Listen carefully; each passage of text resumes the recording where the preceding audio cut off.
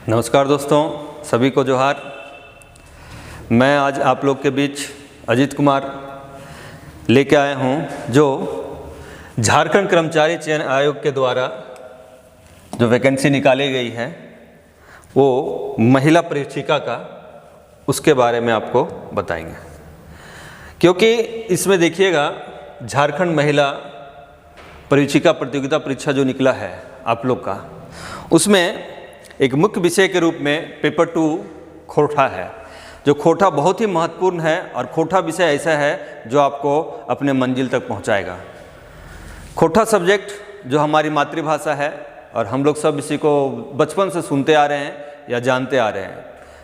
इसको सभी लोग जानते हैं, बस थोड़ा पढ़ने की ज़रूरत है। ये आपको अपने मंजिल तक पहुंचाएगा और बहुत ही आसान है। आप इसमें कम मेहनत करके अधिक से अधिक नंबर ला सकते हैं। इसलिए खोटा आपके लिए बहुत बेहतर रहेगा। और इसी का हम लोग जो टॉपिक है, एक एक टॉपिक करके या इसकी कक्षाएं द पानी IAS एकेडमी में चलाएंगे, ऑफलाइन और ऑनलाइन। तो आप लोग इसमें जुड़ सकते हैं। हमें ये बताना है कि महिला परीक्षिका जो है, जो इसमें आपका सिलेबस है जो खोटा का, उसके बारे में आपको बताएंगे, ताकि आप अच्छा से सिलेबस को देख लें और समझ लें और अधिक से अधिक इसका लाभ उठा पाएँ। क्यों? अगर अच्छा से सिलेबस जब तक आप नहीं समझेंगे तब इसको पढ़ने में आपको कठिनाई होगी या मुश्किल होगी। सिलेबस को जानना बहुत ज़रूरी है। पहले सिलेबस देखिए, ये देखिए, उसके बाद ये कितना आसान लगता है और आपको अपनी मंजिल तक पहुंचाएगा। उसमें हम लोग आपका सहयोग करेंगे। तो आते हैं हम लोग खोटा जो सिलेबस है आपका महिला परीक्षिका का, उसमें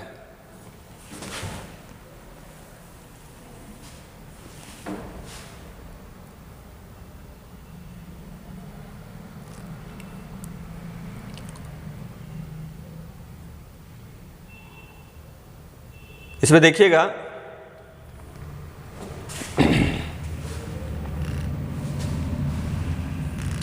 ये आपका खोटा भाषा रहा। खोटा भाषा जो आपको सीजीएल में पेपर 2 के अंतर्गत आएगा। जो कुल प्रश्न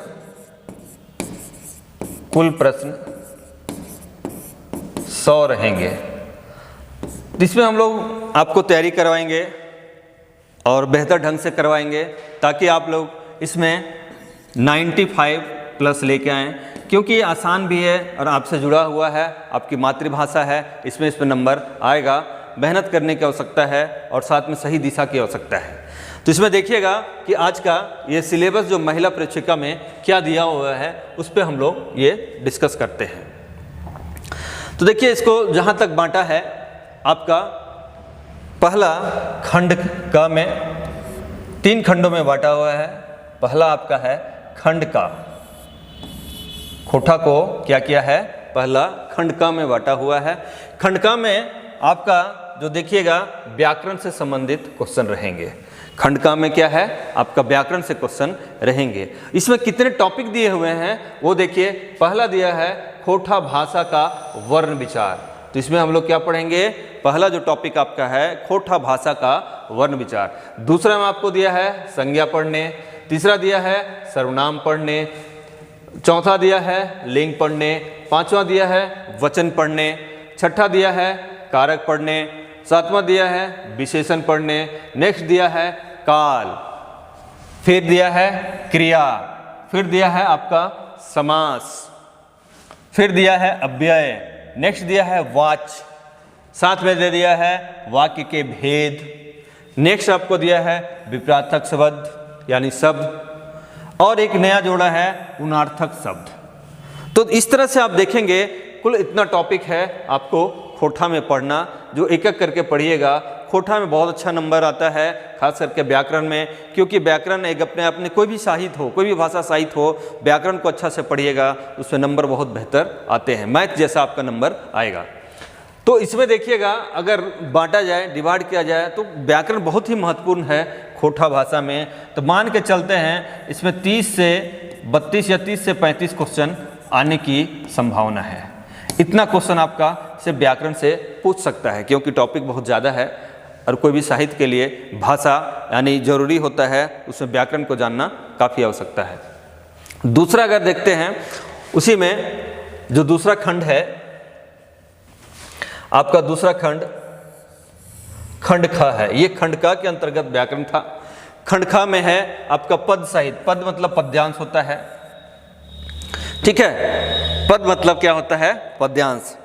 पद्यांश मतलब उसमें आ जाएंगे गीत, कविता, यानी एक एक पद जो रहेगा उसको पद्यांश कहते हैं, ठीक है। ये हम लोग जब क्लास स्टार्ट होगा तो आपको इसके बारे में बताएंगे। तो इसके अंतर्गत आप देखिएगा, पहला जो आपका है खंड ख के अंतर्गत पद साहित्य के क्या पढ़ना है? तो पद साहित्य पढ़ना है पहला खोटा भाषा के लोकगीत।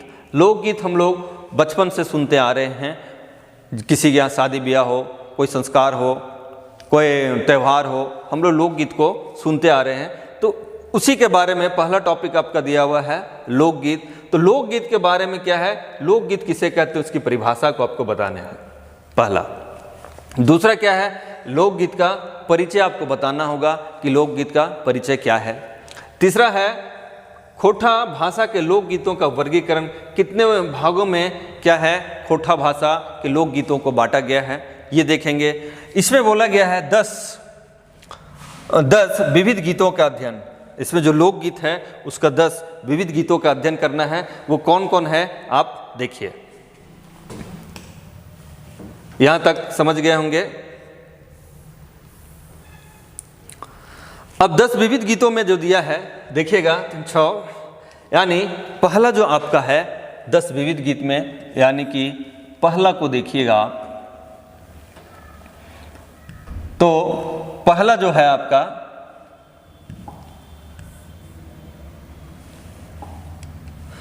पहला दिया है संस्कार गीत। पहला जो क्या आपको दिया है संस्कार गीत। संस्कार अगर देखा जाए हिंदू धर्म में 16 संस्कार होते हैं, उसमें से आपको जो खोटा में दिया गया है कौन कौन सा संस्कार पढ़ना है, तो पहला देखिएगा ये आपका विवाह संस्कार गीत।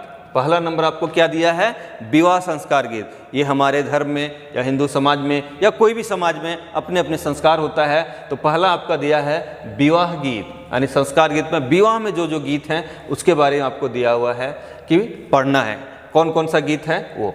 दूसरा है सहियारी गीत, यानी हम लोग सहिया लगाते हैं, मिता जिसको बोलते हैं, ठीक है, उसके बारे में आपको गीत पढ़ना है। साथ ही साथ क्या है छठियारी गीत, यानी जब बच्चा जन्म लेता है उसके 6वें दिन में जो छठियारी किया जाता है उसके बारे में आपको गीत को बताना है। ये देखा गया है ये तीनों में लिखा हुआ है 3, यानी इसमें एक गीत, इसमें एक गीत, इसमें एक गीत, ये तीनों जो है तीनों का एक एक गीत ही पढ़ना है। हालांकि गीत इसमें बहुत ज़्यादा हैं, फिर भी एक से अधिक हम लोग देख लेंगे या पढ़ेंगे। दूसरा आप देखिएगा तो है पर्व त्योहार गीत। पर्व त्योहार हमारे यहाँ बहुत हैं, झारखंड संस्कृति में काफ़ी पर्व त्योहार मनाए जाते हैं और देखे जाते हैं। तो आपको खोटा लोकगीत में पर्व त्योहार के बारे में भी बताना है। पहला दिया गया है जो आपको सिलेबस में, पहला है करम गीत। हम लोग देखते हैं कि करम हर कोई मनाता है, हमारा झारखंड संस्कृति में आदिवासी, मूलवासी सभी लोग मिलके क्या है इसको पर्व त्योहार को मनाते हैं। तो करम गीत का जहाँ तक बात है, इसमें 2 करम गीत आपको पढ़ने के लिए बोला गया है। करम गीत बहुत हैं, बहुत सारे इसमें नेग हैं, जितना नेग उतना गीत, तो उसी में आपको 2 करम गीत का पढ़ना है या पूछा जाएगा। दूसरा है सोहराय गीत। सोहराय गीत में एक गीत आपको पढ़ना है। सोहराय भी मनाया जाता है दीपावली के समय, है ना, तो सोहराय गीत भी आपको पढ़ना है। ये दोनों मिला के मात्र 3 गीत आपको पढ़ना है। इस तरह से देखिएगा खोटा लोक साहित्य में आपका पहला क्या दिया था संस्कार गीत, दूसरा क्या दिया है पर्व त्योहार गीत। इसमें कौन कौन से संस्कार हैं वो दिया गया, अलग किया हुआ है, बहुत ही क्लियर लिखा हुआ सिलेबस ये बताया गया है। और पर्व त्योहार में पर्व त्योहार बहुत हैं, पर उसमें 2 ही पर्व को आपको पढ़ना है, उसका गीत को पढ़ना है। नेक्स्ट अगर आएंगे तीसरा में देखिएगा तो है श्रम गीत। श्रम मतलब काम धंधा मजदूरी, है ना, उस पर ये गीत पढ़ना है। तो आपको मात्र एक ही गीत दिया है, श्रम गीत में एक पढ़ना है। नेक्स्ट दिया है आपका बाल गीत। बाल गीत यानी बचपन में जो बच्चा लोग रुसता है या खाना नहीं खाता या बदमाशी करता है, सोता नहीं, वो सब पे बाल गीत का दिया हुआ है। जिसमें हम लोग चंदा मामा कभी उसको गीत सुना देते हैं, तो कभी कुछ और गीत सुना देते हैं, वो बाल गीत में एक गीत बताया गया है। नेक्स्ट आपको देखिएगा तो ऋतु गीत। ऋतु गीत के बारे में, ऋतु मतलब जो हमारे यहाँ मौसम है, ठंडा, गर्मी, ठीक है, बरसात, बसंत ऋतु, जितना ऋतु है उसमें से क्या क्या है, एक ऋतु गीत आपको इसमें पढ़ना है, एक ऋतु गीत के बारे में बताना है। नेक्स्ट है सामान्य गीत। सामान्य गीत को हम लोग विविध गीत भी कह सकते हैं, विविध गीत। तो सामान्य गीत के अंतर्गत बहुत सारे गीत आते हैं, परंतु उसमें भी आपको क्या क्या है कि एक ही गीत आपको पढ़ना है, एक ही गीत आपको जानना है। तो इस तरह से देखेंगे तो आपका खोटा जो भाषा है इसमें लोकगीतों का जहाँ तक बात है 10 विविध गीत है, तो 10 होंगे, 3, 6, 7, 8, 9 और एक 10। यानी आपका पहला में देखिएगा संस्कार गीत में, पहला में एक में संस्कार गीत, और में विवाह गीत, सैयारी गीत, छठियारी गीत में 3। दूसरा में पर्व त्योहार में देखिएगा कर्म गीत में 2 प्लस 1 यानी कि 3, ये भी 3 हो गए। उसी तरह से आपका नेक्स्ट श्रम गीत में 1, श्रम गीत में 1, बाल गीत में, चौथा में बाल गीत में 1, पांचवा में ऋतु गीत में 1, और नेक्स्ट आपका है सामान्य गीत में। अगर इसको देखिएगा तो 3, 6 टोटल हो जाएंगे 10, यानी कुल 10 गीतों का इसमें वर्णन किया गया है, 10 गीतों का आपको पढ़ना है। ठीक है, इतना दूर आपको क्लियर होगा, समझ में आ गया होगा। इससे आगे हम लोग चलते हैं। उसके बाद है शिष्ट गीत या कविताएं। नेक्स्ट आपका है शिष्ट गीत या कविताएं। शिष्ट गीत किसे कहते हैं, जब क्लास होगी तो आपको हम बताएंगे।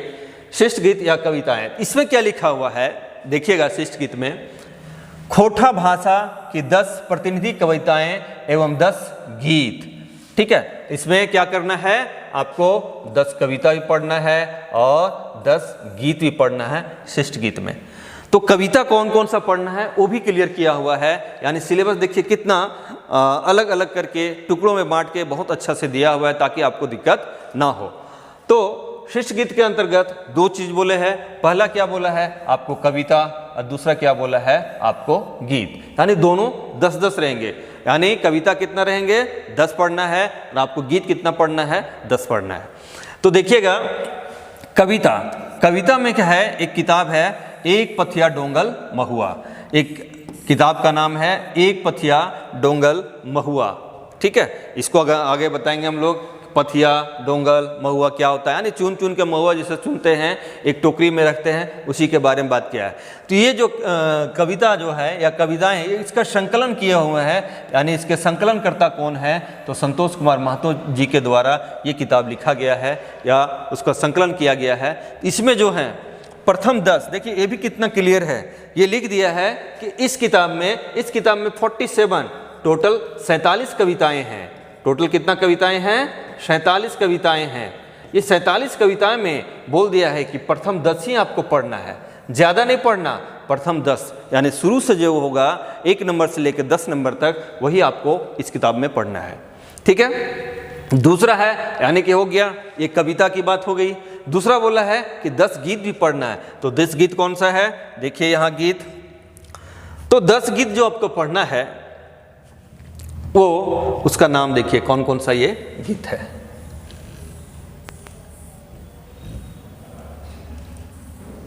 देखिए 10 गीत में कौन कौन सा गीत है, ये देखिए 10 गीत जो है उसमें पहला गीत जो आपको दिया है, यानी मांदर बाजे रे बांसी बाजे रे।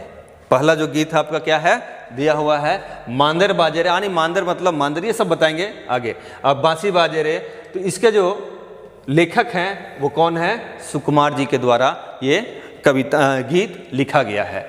दूसरा आप देखेंगे बोने पाकलय सैया कोयर, एक गीत है ये बोने पाकलय सैया गीत, ये है दिनेश कुमार दिनमणि जी का गीत, उसको पढ़ना है। तीसरा आपको पढ़ना है सोहान लागे रे, सोहान लागे रे, ये किताब का ही नाम है सुहान लागे रे, उसी में सारा ये क्या किया है, गीत दिया गया है। वो हम लोग जब स्टडी स्टार्ट करेंगे या क्लास चलने लगेगा तो सारा बताएंगे, अभी आप सिलेबस सिर्फ समझते जाएं। तो आपका तीसरा जो दिया है इसमें गीत पढ़ना, सुहान लागे रे, वो शांति भारत जी का है ये गीत लिखा हुआ। ठीक है, नेक्स्ट आप चलिएगा तो चौथा नंबर में देखिएगा, कत्ते सुंदर छोटा नागपुर। एक कवि गीत है कि कत्ते सुंदर छोटा नागपुर। इस गीत में गीत के लेखक हैं दीपक सवाल। इस गीत के कौन लेखक हैं? दीपक सवाल। उससे आगे बढ़िएगा तो देखिएगा हमर भारत महान। नेक्स्ट आपको गीत जो पढ़ना है हमर भारत महान, इसके लेखक हैं अंबुज कुमार। हमर भारत महान जो गीत है ये आपको पढ़ना है, उसके लेखक हैं अंबुज कुमार। ठीक है, आगे चलते हैं। नेक्स्ट देखिएगा छठा नंबर में आपका जो गीत पढ़ना है उस गीत का नाम है मिली के रहिया। क्या है? मिली के रहिया। ये इसके लेखक हैं प्रदीप कुमार दीपक। मिली के रहिया जो गीत आपको पढ़ना है छठा नंबर में, वो उसके लेखक हैं प्रदीप कुमार दीपक। नेक्स्ट आते हैं हम लोग, नेक्स्ट है आपका सांझे हासे झींगा फूल। एक कविता है, एक गीत है सांझे हासे झींगा फूल। इसके लेखक है महेंद्र नाथ गोस्वामी। ठीक है, नेक्स्ट जो आपको 7वें नंबर में आपको गीत पढ़ना है खोठा लोकगीत यानी शिष्ट गीत, वो कौन है? सांझे हासे झींगा फूल। इसके लेखक हैं महेंद्र नाथ गोस्वामी। नेक्स्ट आपका है बोन रक्षा जीवन रक्षा। एक गीत है बोन रक्षा जीवन रक्षा। बोन मतलब जंगल, जंगल का रक्षा होगा तो क्या होगा? जीवन का रक्षा होगा। ये सब हम लोग आगे देखें। इसके जो लेखिका हैं अनीता कुमारी। ये कौन लिखी हैं? अनीता कुमारी। नेक्स्ट है शिवातिक बौड़ी मेला। शिवातिक बौड़ी मेला के लिखने वाले जो गीत हैं वो कौन है? सुभद्रा कुमारी। ठीक है, नेक्स्ट है आपका जय माँ जननी। जय माँ जननी के लिखने वाले जो हैं शिवनाथ प्रमाणिक जी हैं। तो इस तरह से देखिएगा कुल आपका बोला गया था कि कविता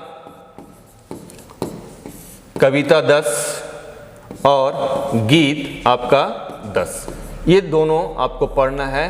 तो आपको हम बताए कि कविता कौन कौन सा है और गीत आपका कौन कौन सा है। ठीक है, आगे बढ़ते हम लोग।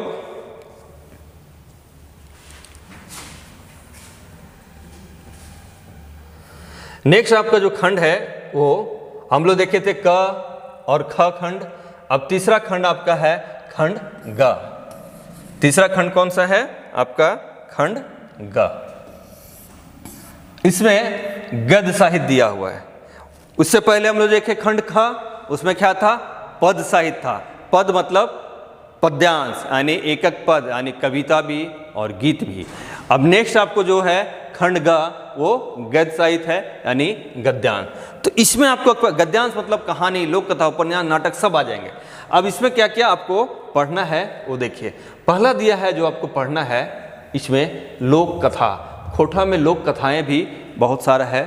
ठीक है, तो उसमें बोला है खोठा भाषा की 10 लोक कथाएं। कितना पढ़ना है आपको? कुल 10 लोक कथाएं पढ़ना है। अब कौन कौन से लोक कथा पढ़ना है वो आप देख लीजिए। पहला है 7 भाई एक बहन। पहला आपको पढ़ना है 7 भाई एक बहन। कौन लिखे हैं ये हम लोग क्लास स्टार्ट होगा तो सारा डिस्कस कर लेंगे। दूसरा है आपका धनिक धधेनी। धनिक मतलब धन, धन का धधेनी है ना, यानी घमंड, पैसा। दूसरा है, तीसरा नेक्स्ट है आपका बूढ़ा बूढ़ी और 7 पीठा। बूढ़ा बूढ़ी और 7 पीठा, ये आपको नेक्स्ट क्या करना है? लोक कथा आपको पढ़ना है। नेक्स्ट आपका लोक कथा है गुदुपुचु रानी और कौआ। नेक्स्ट कविता कौन सा है? लोक कथा गुदुपुचु रानी और कौआ। इससे आगे बढ़ते हैं।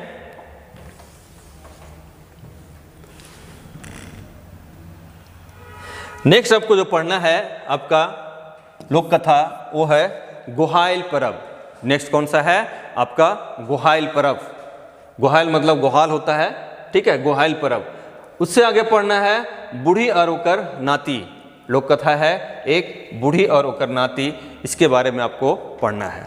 नेक्स्ट आप पढ़ेंगे दो बिहाग दुर्गति। दो बिहाग दुर्गति यानी दो शादी का क्या दुर्गति होता है उसके बारे में बताया गया है। नेक्स्ट आप पढ़ेंगे 8वां नंबर केतकी फूल। ठीक है, नेक्स्ट आपको पढ़ना है केतकी फूल। उससे आगे अगर देखेंगे तो नेक्स्ट देखिएगा पढ़ना है आपका लुइरगर बेटी छुआ। नेक्स्ट आपको क्या पढ़ना है, लुइरगर बेटी छुआ। फिर 10वां नंबर आपको पढ़ना है खूटा भीतर चिया गोटा। नेक्स्ट क्या पढ़ना है आपको, खूटा भीतर चिया गोटा। तो इस तरह से देखिएगा आपका जो पद साहित्य है वो गद्य साहित्य है, उसमें कुल 10 लोक कथा आपको पढ़ना है। 10 लोक कथा पढ़ना है, जो ये सब लोक कथाएं था। अब इसी में दिया है शिष्ट कहानी। ठीक है, नेक्स्ट आपको दिया है शिष्ट कहानी। पहला में दिया था आपको लोक कथा, दूसरा में दिया है शिष्ट कहानी यानी कहानी पढ़ना है। इसमें क्या लिखे हैं, खोटा भाषा की 8 आधुनिक कहानियां। खोटा भाषा की 8 क्या है, आधुनिक कहानियां। आप इसको कहानी लोक कथा 10 पढ़ना था, कहानी आपको कितना पढ़ना है, 8 कहानी पढ़ना है। टोटल 8 कहानी पढ़ना है, लोक कथा आपको 10 पढ़ना था। अब वो जो कहानी है ये कौन कौन सी कहानी है वो आप देखिए। पहला जो कहानी है वो आपका है छाइहर। एक किताब है छाइहर किताब है, उसको पढ़ना, जिसके लेखक हैं चितरंजन महतो चित्रा जी। तो छाइहर में आपको कितना पढ़ना है, पहले देखिएगा सीजीएल का जो सिलेबस था या अन्य जो सिलेबस था उसमें टोटल किताब पढ़ना था, पर अभी क्या किया है आपको अलग कर दिया है कि कौन कौन सा इसमें आपको कहानी पढ़ना है।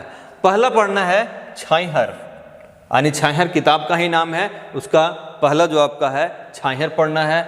दूसरा पढ़ना है बोनेकलोर यानी बनकासु, दूसरा पढ़ना है बोनेकलोर, दूसरा कहानी। तीसरा कहानी पढ़ना है हम जियब कैसे, तीसरा कहानी आपको पढ़ना है हम जियब कैसे। और चौथा कहानी पढ़ना है नावा जिमीदार, नावा जिमीदार। तो इस तरह से ये जो 4 हैं, 4 आपको छाइहर किताब से पढ़ना है। छाइहर किताब है उससे आपको क्या करना है, ये कहानी पढ़ना है। 4 ही कहानी इसमें आपको पढ़ना है। देख लिए हम लोग, ठीक है। उसके बाद जो बचा आपका, क्योंकि ये बोला है कुल 8 कहानी होना चाहिए। नेक्स्ट जो इसमें है यानी दूसरा किताब से, ये 4 अलग हैं, ये 4 हो गए छाइहर से। और नेक्स्ट जो है ये आपका नेक्स्ट किताब है, यानी ये जो किताब है यहाँ से ये पहला उबार। और नेक्स्ट उसका है 6ठा नंबर जिंदगी डोवानी। पहला क्या है उबार, दूसरा आपका है जिंदगी डोवानी, तीसरा क्या है ओद दीदा। ओद दीदा, दीदा मतलब आँख होता है, ओद मतलब नम होता है, भीगा हुआ। और नेक्स्ट पढ़ना है खूब, ठीक है। ये क्या है आपको 4 अलग से कहानी यानी 4 होगा छाइहर से, 4 + 4 दोनों मिला के 8 यानी कि आपका कुल 8 कहानी आपको पढ़ना है। तो ये जो चारों है आपका, ये किताब है आपका सोंध माटी, जो डॉक्टर विनोद कुमार जी का है किताब सोंध माटी। उसमें जो 4 आपका कहानी है उसको पढ़ना है। इस तरह से आपका कुल 8 हो गया, आपको कहानी पढ़ना है। लोक कथा आपको 10 पढ़ना था, कहानी 8 पढ़ना है, ठीक है। उससे आगे देखते हैं और सिलेबस में आपका क्या दिया है। आगे आते हैं, एक आपको पढ़ना है, देखिएगा हम लोग लोक कथा पढ़ लिए, दूसरा कहानी देख लिए, तीसरा आपको दिया है इसमें एक नाटक भी पढ़ना है। एक क्या करना है, नाटक पढ़ना है। नाटक का क्या नाम है, चाभी काठी। नाटक का क्या नाम है आपका, चाभी काठी। चाभी काठी के लेखक कौन है, श्रीनिवास पानूरी जी। चाभी काठी आपको एक नाटक पढ़ना है, उसके लेखक कौन है, श्रीनिवास पानुरी जी। तो ये नाटक आपको पूरा पढ़ना है, ठीक है। ये किताब ही है, एक चाबी काठी एक किताब है नाटक, ये आपको पूरा पढ़ना है, ठीक है।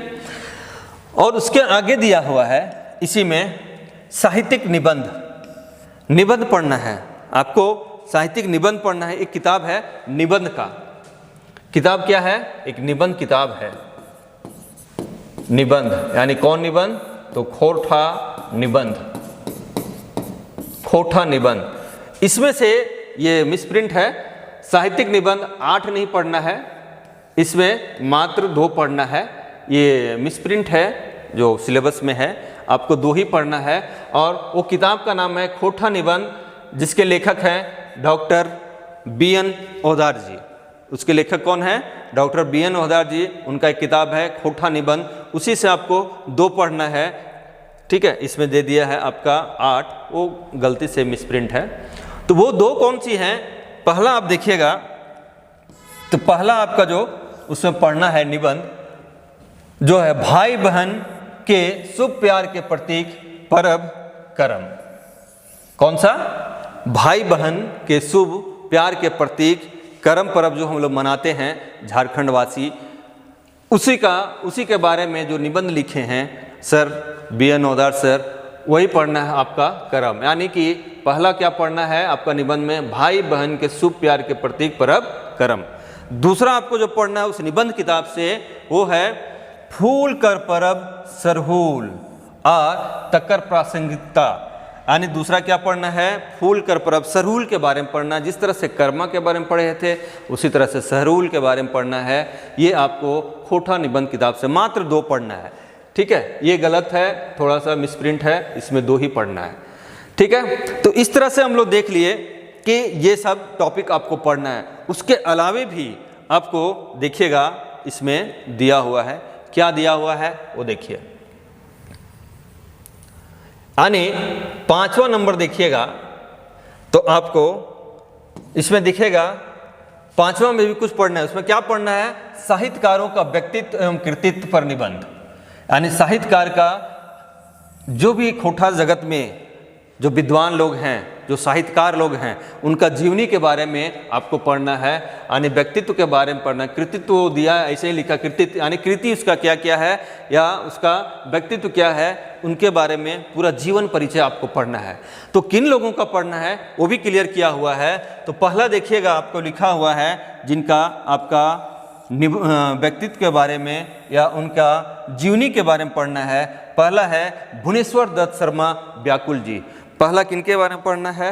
भुवनेश्वर दत्त शर्मा व्याकुल जी के बारे में पढ़ना है। उनके जीवनी के बारे में कौन कौन से जीवन परिचय उनका क्या है, साहित्य के प्रति उनका योगदान क्या है, उनके क्या क्या कृति है, ये सब के बारे में हम लोग को जानना होगा। दूसरा देखिएगा आपका श्रीनिवास पानुरी जी खोठा जगत के भीष्म पितामह हैं, जिनके बारे में आपको जीवन परिचय उनके बारे में पढ़ना है। उनका कृति क्या है, उनका खोठा जगत में उनका योगदान क्या है, ठीक है। ये सब के बारे में उनका जीवनी पूरा आप लोग को पढ़ना होगा। तो दूसरा है श्रीनिवास पानुरी। तीसरा जिनके बारे में पढ़ना है जो साहित्यकारों के बारे में, तीसरा है इक्के झा जी, यानी अजीत कुमार झा। डॉक्टर अजीत कुमार झा के बारे में खोठा साहित्य में इनका काफ़ी योगदान है। इनके ही द्वारा आज की आज जो हम लोग पढ़ रहे हैं, तो इनका पूरा जीवन परिचय, इनका कृति, इनकी रचना सभी को हमको देखना होगा और पढ़ना होगा। नेक्स्ट आपको पढ़ना है विश्वनाथ दसोंझी राज, इनके बारे में पढ़ना है, ठीक है। नेक्स्ट आपका कौन सा? चौथा नंबर विश्वनाथ दसोंझी राज जी के बारे में पढ़ना है। इनका भी खोठा साहित्य जगत में क्या योगदान है वो सब के बारे में जानना है। नेक्स्ट आपका है शिवनाथ प्रमाणिक, यानी 5वां नंबर में देखिएगा तो आपका क्या है? शिवनाथ प्रमाणिक जी के बारे में पढ़ना है। नेक्स्ट आपका है श्याम सुंदर महतो श्याम जी। नेक्स्ट है श्याम सुंदर महतो श्याम जी के बारे में पढ़ना है। तो देखिएगा इस तरह से इन लोगों के बारे में पढ़ना है।